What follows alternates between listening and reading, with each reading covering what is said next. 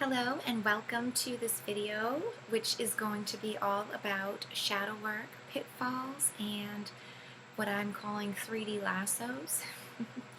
um, if you're new to shadow work or you're new to my channel, welcome. And I highly suggest watching some of my previous videos on shadow work so that you can kind of understand the process, where you are, do a bit of self-assessment, and decide if you feel like you're a beginner, intermediate, or if you have a really good handle on shadow and light work, if you've been doing that within your world for a while, maybe you're into more of that alchemy level that I talked about in previous videos. But understanding where you lie on the spectrum is very important. Now, these pitfalls and lassos, these energetic anchors that can really tie us down in shadow work are mostly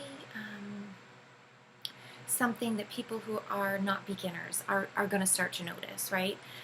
Not to say or deter anybody who's new to this to hearing the information or looking for them in their own lives, or working to recognize when they're appearing or pulling on you in your life. But this is more of like an intricate sort of understanding, and so it can take time and experience and something that you get a feeling for before you really understand what you're doing in your own life. It's like riding a bike. You can watch a million videos about it, and you can read books or whatever, watch others riding bikes, but until you get on and you pedal and you learn how to balance up on your own seat and keep it going, there's no explaining it, and you can't ride a bike until you learn to ride a bike yourself, right? So shadow work is just like that, and just like riding bikes, rather dangerous, shadow work can be as well. And so I have always made it a pivotal point in all of my shadow work videos to really start with a disclaimer, and especially to beginners, to remind everyone that this is something that we should be taking seriously and committing ourselves to on a real level of purpose, of worth, validity, something that you go into with an intention of actually doing work, providing service to your soul, right? Bettering yourself.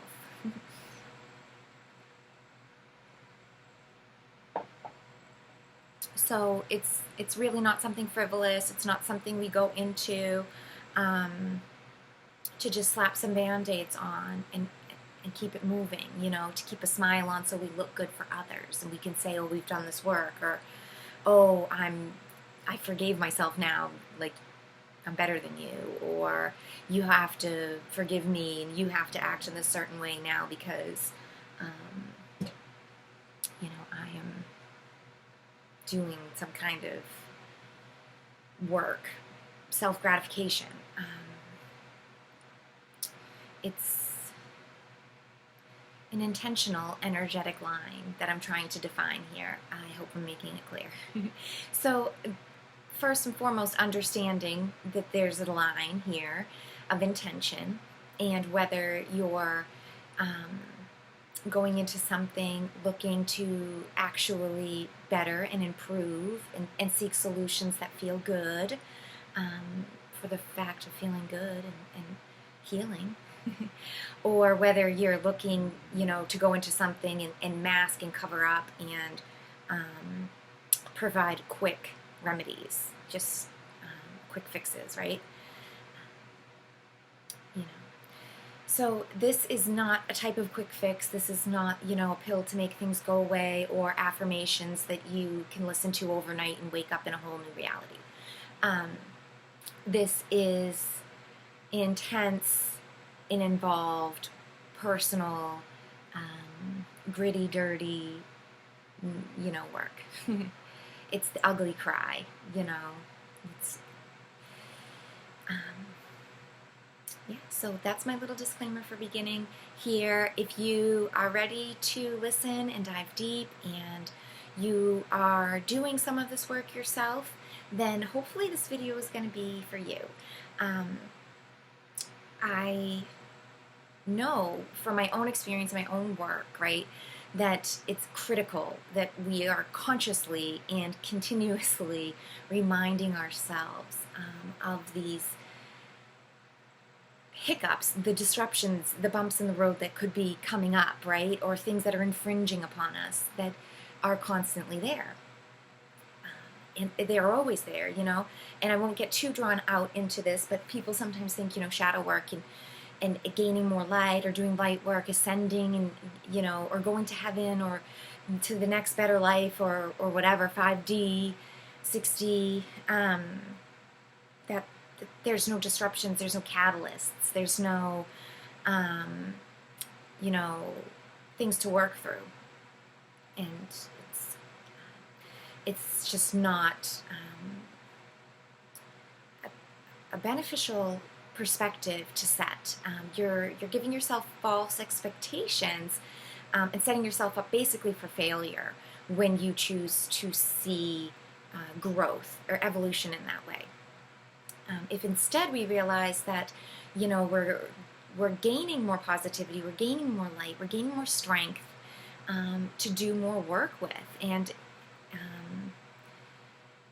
that there should always and will always be work and service to provide in this journey, right? That's what we're here for. That type of perspective of the long view is very helpful, and it's really foundational when you go into things like shadow work and introspection, right? Because you're looking for purpose. You're trying to find organization in the chaos and give yourself a feeling of support and orientation, you know, to where you're going. So, as you know, you're learning to ride your bike and you're getting on the shadow work path and you're doing things in your own life, you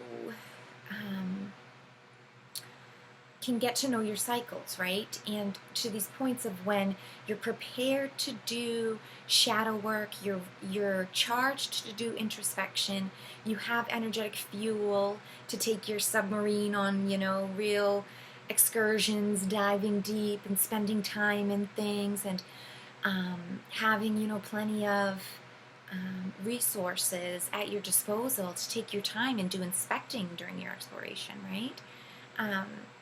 So that you can enjoy the work, so that you can be there as a real service for truth and honoring your own one truth, right? Because that's really what we're doing in shadow work. When we're digging in through shadows, when we're assessing, when we're going down to offer our light and service to help shadow, it's to help them rediscover themselves and enlighten their path for them, and to call them back into resonance with the one truth, which is we are all one and we are all created from the before of this, of whatever that is, right? The great mystery. Accepting in that and allowing that shadow to have chosen the path that it has to got to the present moment, to not judge it for that, to accept it, honor it, and also offer service for its highest good to get to its path, its destiny. That is the place we're at when we're doing shadow work. And it's a beautiful work, but you have to be coming from that place. And also you have to be listening to your light work, to your inner guidance, your higher self, angels, you know, if you work with ancestors or ascended masters, your own energetic field, to see if there's leaks, to see if while you're doing the shadow work, if you're, you know, entangling yourself with some energetic anchors that you're not realizing, or things are too heavy for you to really completely you know, unravel and loosen, and maybe you're getting too caught up in that. So this is what I'm getting to about pitfalls. So when we get into this kind of work, right, and we're missing our cue, so to speak, to get out of the shadow work and come bring some light in, kind of, you know, revoke consent, right? Because what we're doing in shadow work is offering our service. We're giving consent to serve other, the great other, and the one infinite creator, right? who in extension is embodying the shadows, the problems, the difficulties, the pain, you know, the bad doings or whatever, the traumas. When your energy level is getting lower, that is acceptable. That is beautiful in itself. And recognizing that and saying, okay, I'm done for now. My service is no longer offered. You know, I'll be back for you later. This isn't the end. This is unconditional love, but this is tough love now. I'm revoking my choice to give you service. You know, I don't have to be here at your beck and call 24/7. I am not source. Source is here for you. And, you know, we can give reminders to the shadow, to ourselves, our inner child, you know, our ego, whoever is screaming out for more and more attention when we feel trapped in the shadow. I'll be back for you, you know, but you didn't take the option when you had it. So this is your lesson. This is your tough love portion. I am revoking consent right now. I have respectful boundaries because I love myself in my energetic vessel that I am embodying this container and this boundary of my higher self, right? Which we are choosing to sort of exclude, set a respectful boundaries of, you know, moderation with our shadow. And saying, you know, right, okay, you can't infringe upon me anymore. You're free to your negativity and your choices. Yes, you are, because you've confined your own boundaries over there as the shadow. So free to yourself and to your boundaries, but I am pulling back. And we can see ourselves pulling energetic anchors, pulling threads back, pulling your light back. Whatever imagination kind of things work for you, go for that. You know, and honor them. Thank you. I'll be back for you. I love you still, and I will return when I am able. I will offer you service again. I hope you'll take it next time. Right? And we pull it back. And then you do light work. Then you do things that feel great for you. You honor yourself. You get back into your present moment, you know, into your energetic body that is worthy and loving, and you charge it and you appreciate it, and you do for however long, days, hours, weeks, however long it takes you to build up your energetic light body again, and go and serve others in your exterior. You know, pump yourself up with beautiful energetic exchanges, you know, out there in your direct world while you're doing light work as well, because all of that is fueling your tank up for later for you to go get in your submarine, you know, and dive down and offer shadow work again. Now, the pitfalls here that I'll talk about quickly, this happens, you know, there's a multitude of reasons, right? And I'll get into that in a bit, but for whatever the reasons are, I'll speak in generalities at first. We ignore that off-ramp, or we ignore our gas tank getting really low. We hear the ding of the, you know, quarter tank, but we keep driving. Or, you know, we feel like all the straws being put on us, but we keep going. We keep pushing because we can do more, right? We can take more. We can handle more. We're strong enough. And that in itself is a whole loop of conditioning, programming that resides inside so many light workers, empaths. Actually, I believe it's every human being. It's in there. You know, but some people hear it more. Some people are more in connection with it. It's louder, and they have to block it out. They have to spend more energy to disassociate from it. Others really don't hear it, and it's easier for them to just stay in the liar's loop because they don't really hear it. They've adapted to it and put it into the background.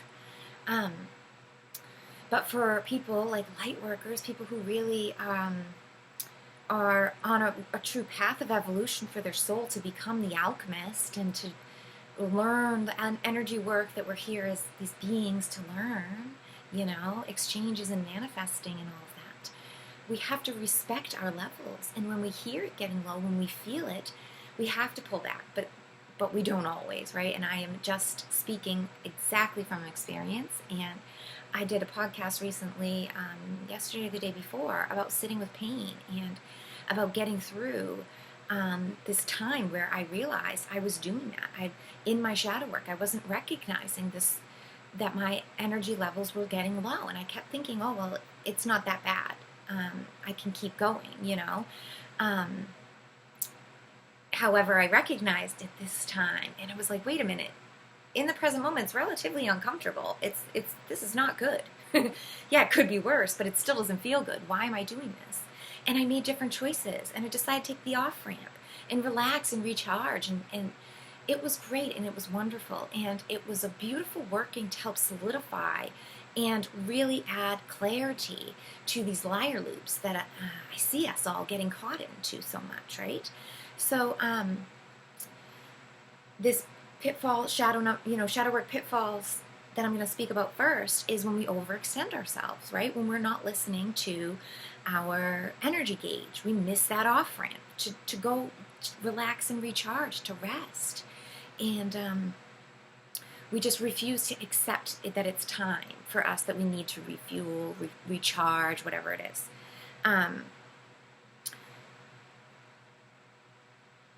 So when you're getting there, and this, can take however long, months, years of practice, I have been working on myself with introspection and shadow work and all types of things for, at least 7 conscious years now, but before that even longer, but I didn't understand the words or working of it as deeply as I have been grasping it in the last decade or so. But even still, look at the loops and the blindness I have within myself, right? We all have them. So, firstly, listening to yourself and recognizing and understanding it's okay to pull back consent, that it's okay to release and recharge. Now, if you can't get there, right? If that's not even a quality to you, or that you haven't recognized light work, even so many of us are trapped in negativity, yet we're awake. People are getting shook awake in a super negative alignment orientation of the 3D matrix, right? And if that's kind of new verbiage to you and you're new to that, I have a 3D matrix episode of Comprehending Consciousness, and I'll link that as well so you can kind of like look at what that means and all that. But so many are being shook awake by atrocities, injustices, infringements, and tyranny that's taking place in the matrix over, these last couple of years. And they're waking up in a very negative orientation. And so talking about love and light and having them actually see and realize their heart center and all of that, it's very caged, it's very scared, it's really not possible. And so this is where I'm going to get into these other pitfalls that really can take us all over if we don't, if we're not mindful, and if we can't tap into our heart centers and into our sovereignty and into our love, unconditional love inside of us, right? We can get totally lost in the shadows. Now, this can be as extreme as, dissociation or schizophrenia or PTSD, and all of these bubble containers of trauma that our body wraps these things up into, and they become really gaping wounds that you can barely even address without being completely enthralled in them and sucked back into them. And they can steal your whole present moment. They can steal your whole logical brain, if you allow it. And so, first and foremost, if we're going into shadow work and you are, you don't have strong spiritual ties or faith or unconditional love, self-love and appreciation, you should really do all this work with a mentor, a supportive mentor, whether that's from the academia world, like a counselor or a psychiatrist, whether it's a shaman, or from the spiritual world, whether it's, like in the religious world, a priest or a pastor, or, even if it's just a trusted friend or someone, you should really, really, really speak your fears and your pains and your hurts to another who can give you supportive reflection and really bring in the love for you so that you can charge yourself. Because the only way out of the shadows is light.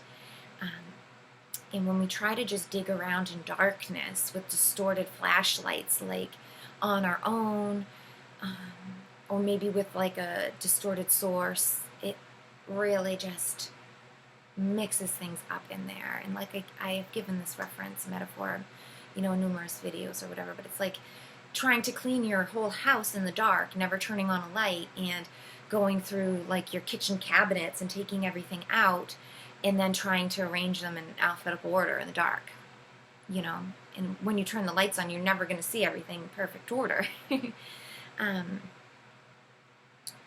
So there's this whole pitfall that we get lost in the shadows, right? That we don't understand the actual light working, and you just end up kind of in the darkness.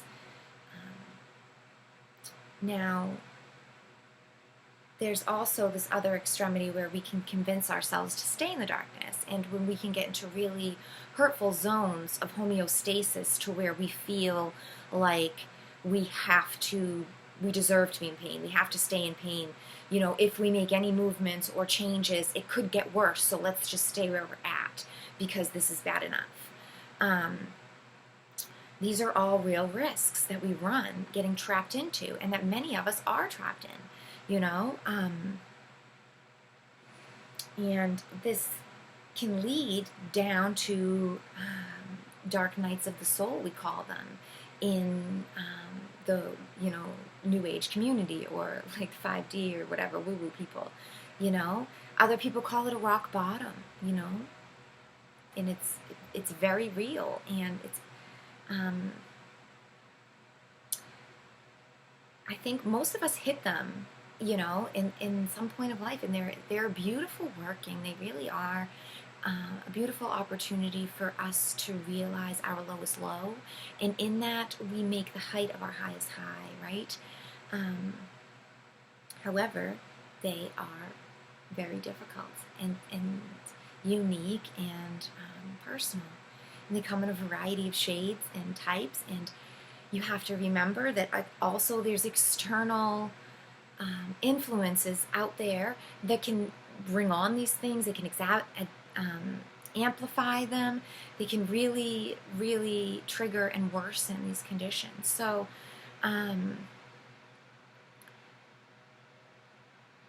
if you feel you're stuck in these kinds of loops, or you're trying to dig yourself out of shadows, you know, there is no shame and guilt in revoking work for now and going and lighting yourself up, or reaching your hand up and asking for help, because you will always, always receive help, and it will be exactly perfect for you and for your calling and for your level and your distinct variety of layering, right? However, right, when you make the calling and you ask for assistance, be ready to take it. Know that it's your chance, and grab it and see where it takes you. You know, don't take it with false expectations. Don't take it with any expectations. Just take the work and offer yourself to feel better. Allow a feeling of positivity to come in, of hope, of faith. You know. And yes, so another thing quickly that I'll get onto about pitfalls for the shadows is rabbit holes and conspiracy theories and false truths, these slippery slopes. And I've written, you know, blogs about this before, and I've talked about it numerous times, the slippery slopes of rabbit holes.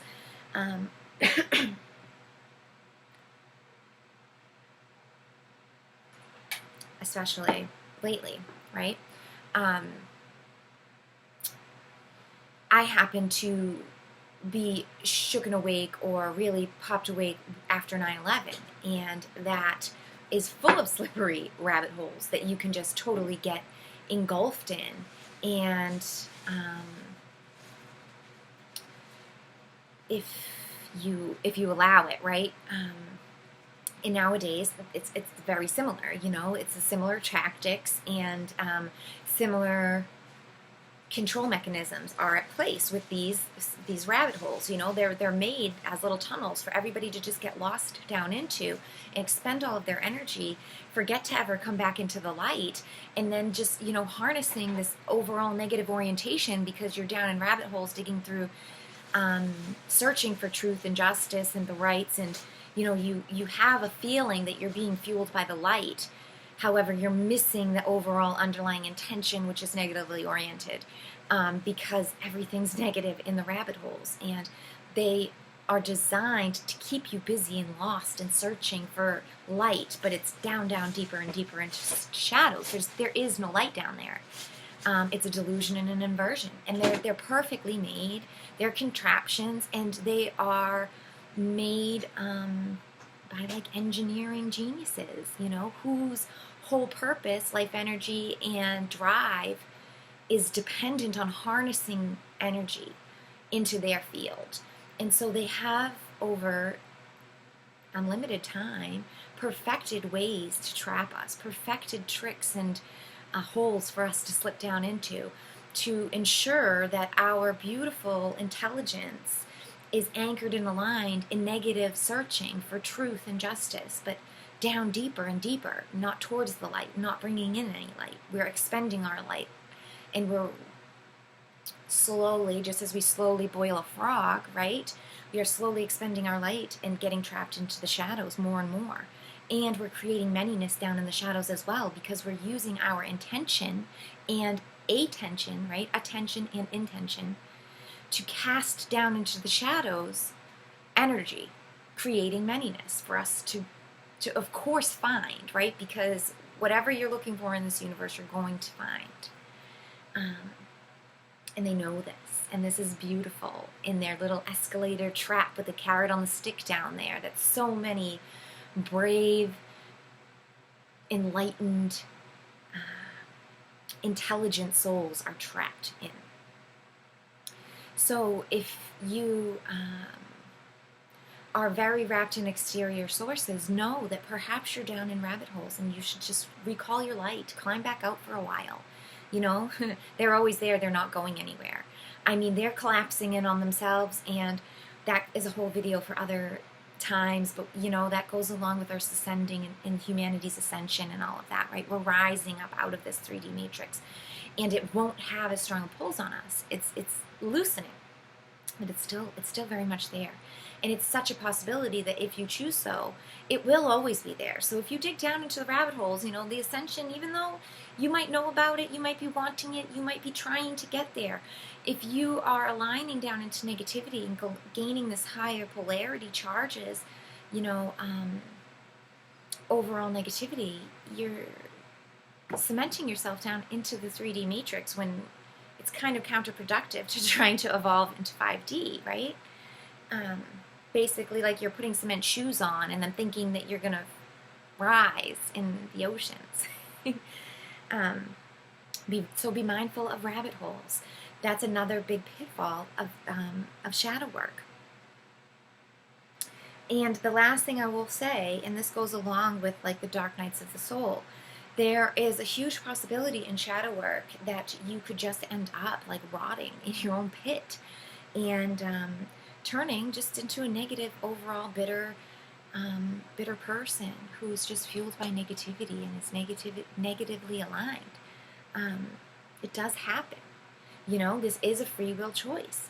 Universe, you can do whatever it is that you want and that you choose. And if you consciously choose to relinquish yourself to shadows forever, then they will always be there, and there will always be more for you to dig around within.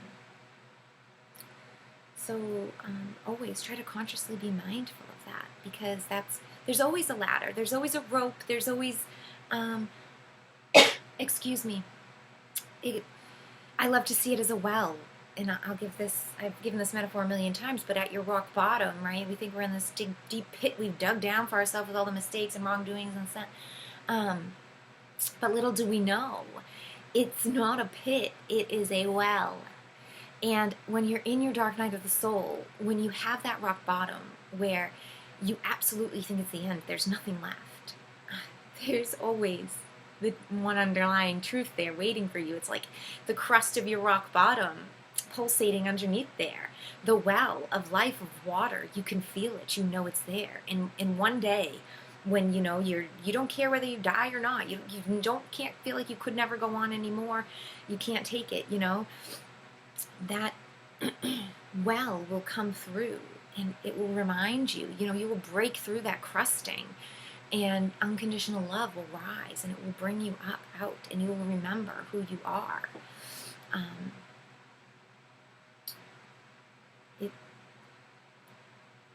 It is inevitable at some point, right?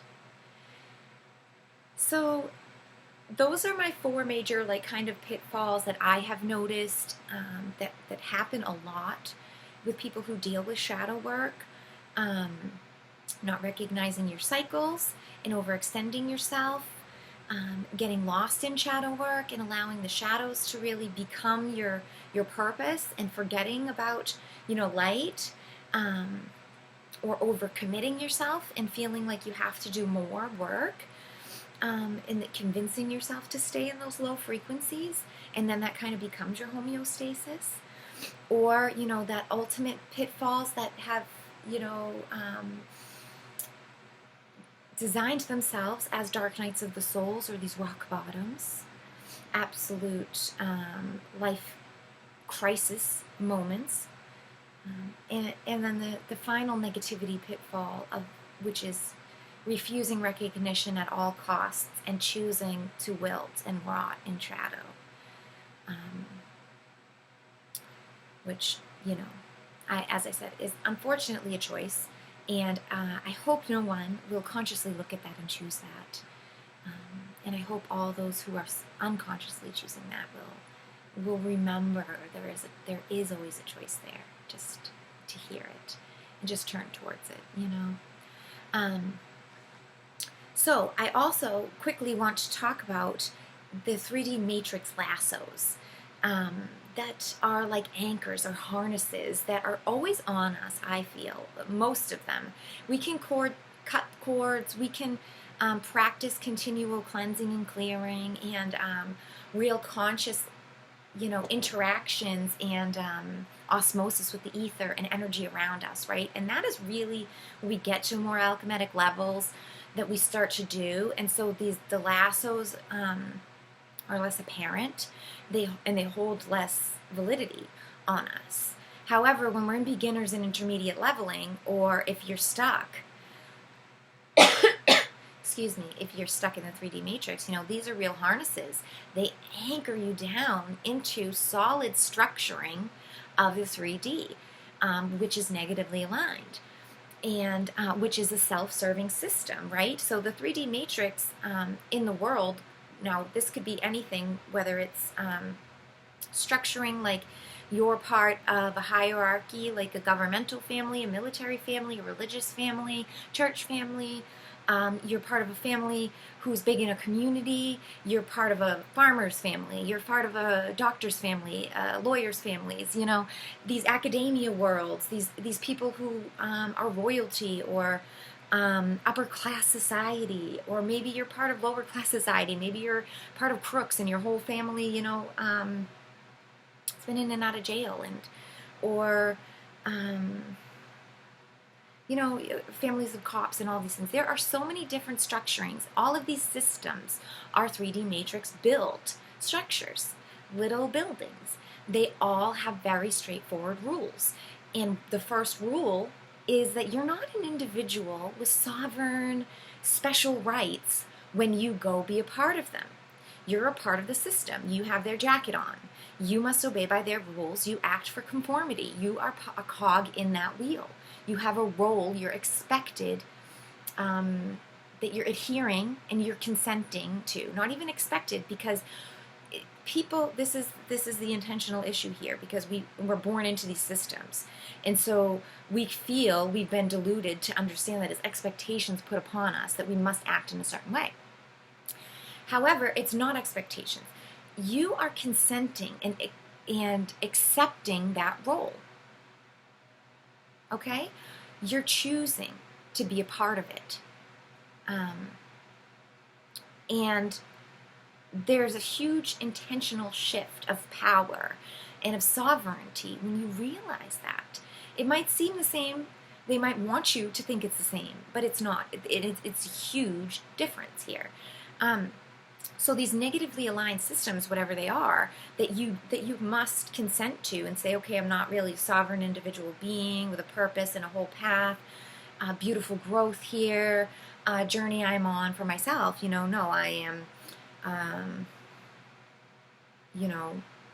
city worker, or I'm the mayor, or my father is a lawyer, and so I must be a lawyer too, or whatever. These are containers that we are stepping into and allowing ourselves to be part of, even though they kind of seem like they're placed onto us. It's so crucial that we all remember our sovereign part of this, and that we always have the power to get out of that system and to say no thank you, to remove consent, to step out of the system and put on your sovereignty. Take off the jacket of the system and just say you don't consent. You're a being, sovereign of man, of human, and you are here for higher purposes than to bow down and serve a system.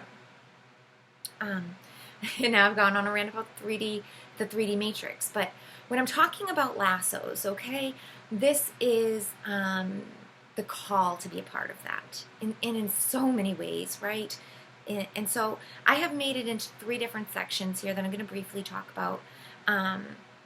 We have external 3D lassos, we have the inner lassos, and then we have our direct world lassos. The external world is a world you never actually inhabit. It is the stage. The play is happening on of the world. It is the global stage. It is the television screens. It is the people you never meet who somehow still have this role above everyone that everyone else, the masses, watch. Ooh, excuse me. But you have never ever have direct contact with that world, right? That's what I'm speaking of as our external world. It's the world that all of collective helps to create and portray out in the mirroring of this world, this holographic universe, whatever the simulation you choose to see it as. Now, the external lassos are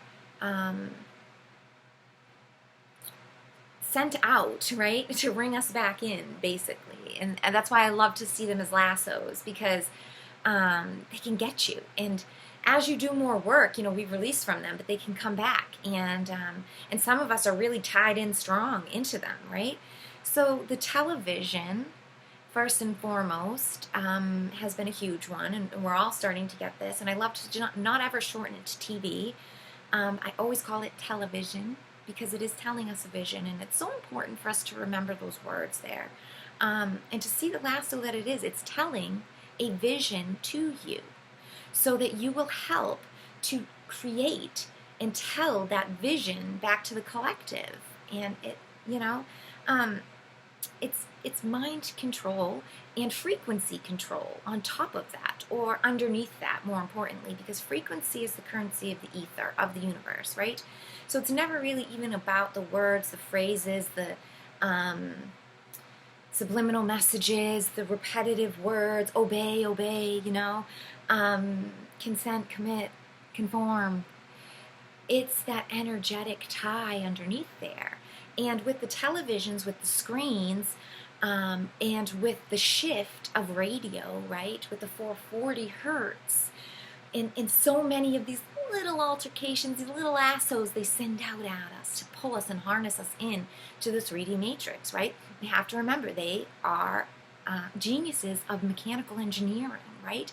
They have great logic and intelligence, and it is cold and indistinct and impersonal and a search of manyness, regardless of polarity, feelings, emotions, or anything, right? It's a dangerous alignment to have.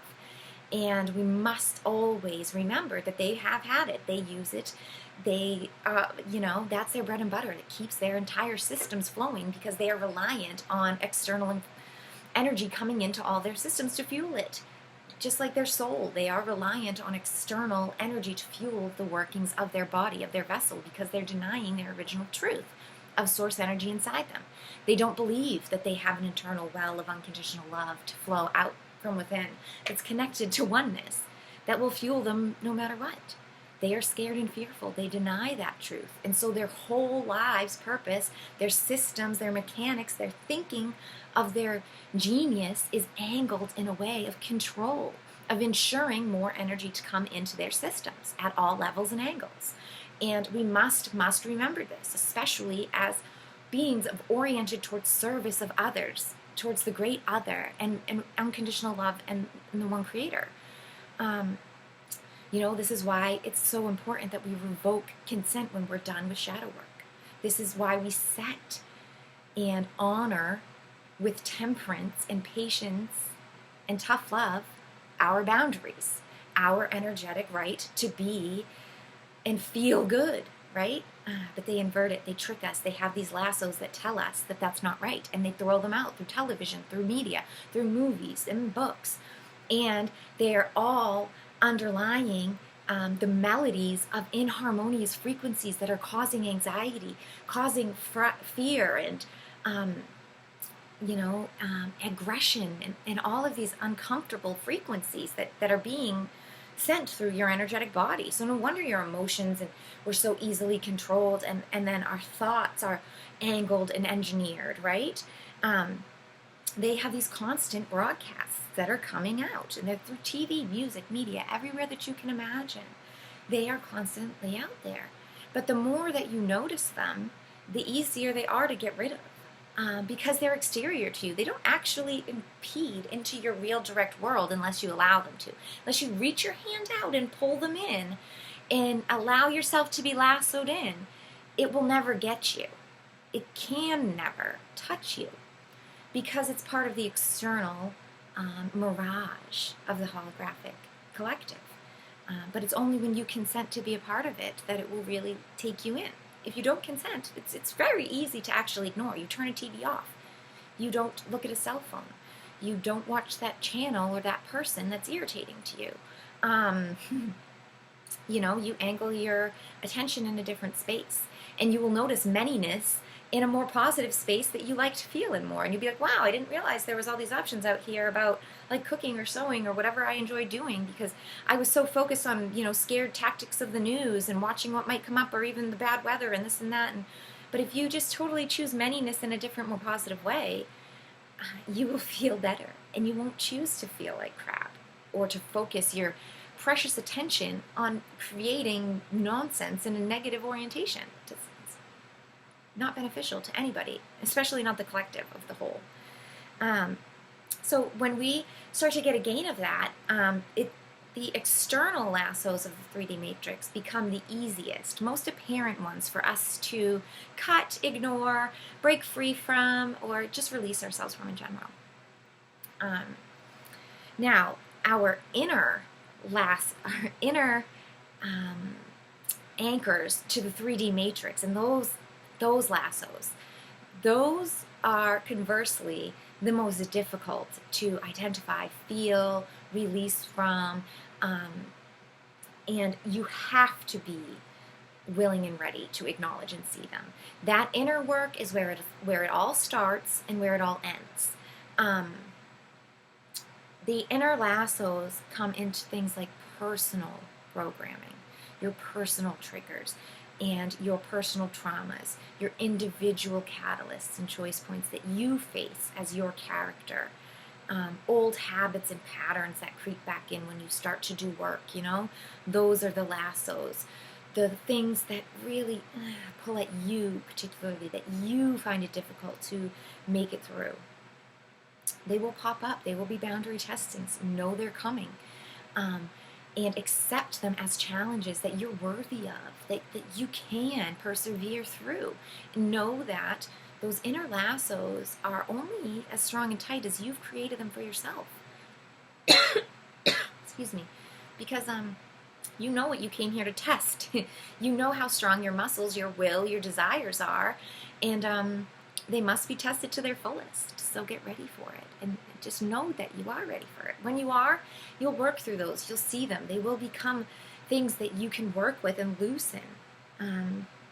But until they are, that is fine to work as they appear and catch the low-hanging fruit. And this is where I'll move into our direct world with the lassos. Now, our direct world, these things, as we start to do the work, a little bit of interior work and alignment, sets our direct world, really shifts it, right? Because we're doing these little things and bam, bam, bam, bam, all these new possibilities are triggering out in the ether, like the universe, everything's saying, oh, she's changing, she's doing this, she's making this, let's realign these things and all these, shifts. Your direct world that you embody and that you interact with every day is where those changes start to pop up and be shown. And disruptions and catalysts become uncomfortable frictions sometimes, When you're pulling yourself up and choosing higher feelings and alignments, you can aggravate those who don't want to do that or aren't ready for it, or, it's hard for them. And those can be people in your exact direct world, your intimate relationships, your family. It can be in your career world, your job, your financial world can become disrupted. If you're working with abundance and scarcity kind of fear things, you could have those boundaries tested if that's something that's going to pop up into your realm. It can be social things with friends and social dramas and learning lessons in that realm. But it can be your personalities, your persona, these falsities that you've created for yourself. Those things can be tested and poked at. At this level, there's ties to appearances, social standings, judgments, preconceived conceptions. All of these things start to shift and crack and change. And just like a sculptor with a marble, right? It's like when you are doing inner work, you get this vision of who you might possibly be. Changing the outers becomes very apparent and very felt, very emotional, it becomes obvious, and it can be overwhelming. So again, remembering rest and recharge, remembering that you are not who you appear to be to anyone, and you're free to change, and you're free to be who you are in the moment, make difficult choices, make mistakes, and to accept them, forgive them, and move on. This direct world of these 3D lassos, they can get us and we can release them. They come back in, in different ways.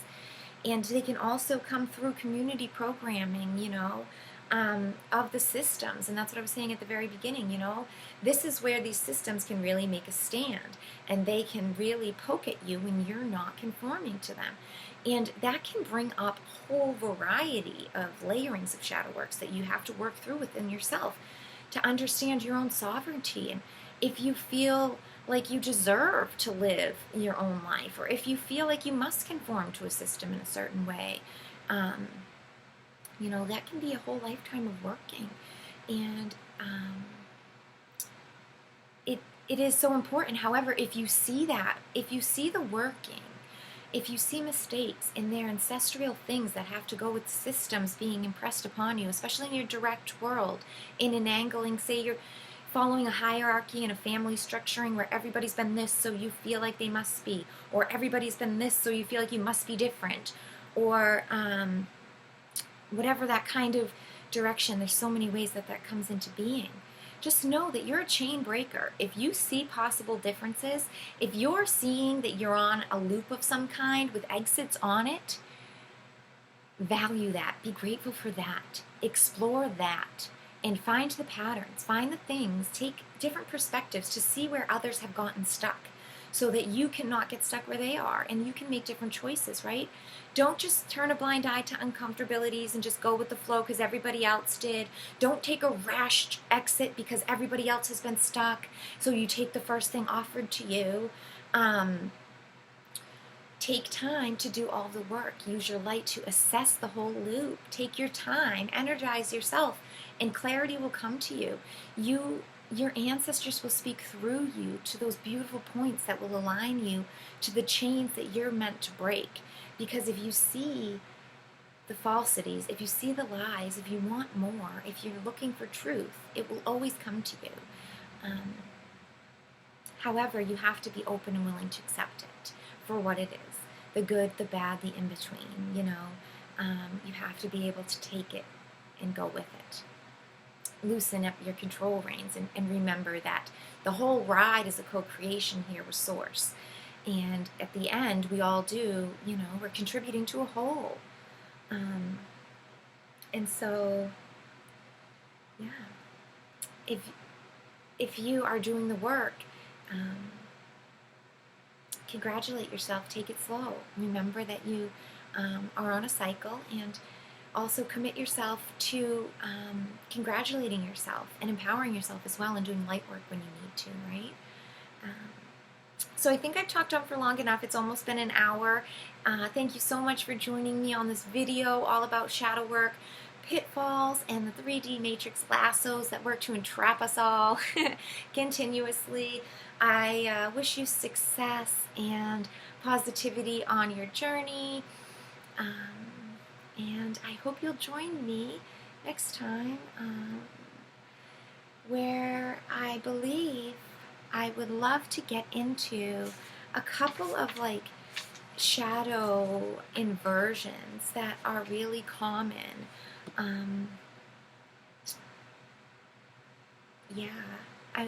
going to do a blog about that first, and it's going to have to do with sitting with pain and working through pain, because pain in itself is just one of those huge categories of shadows that we work with, right?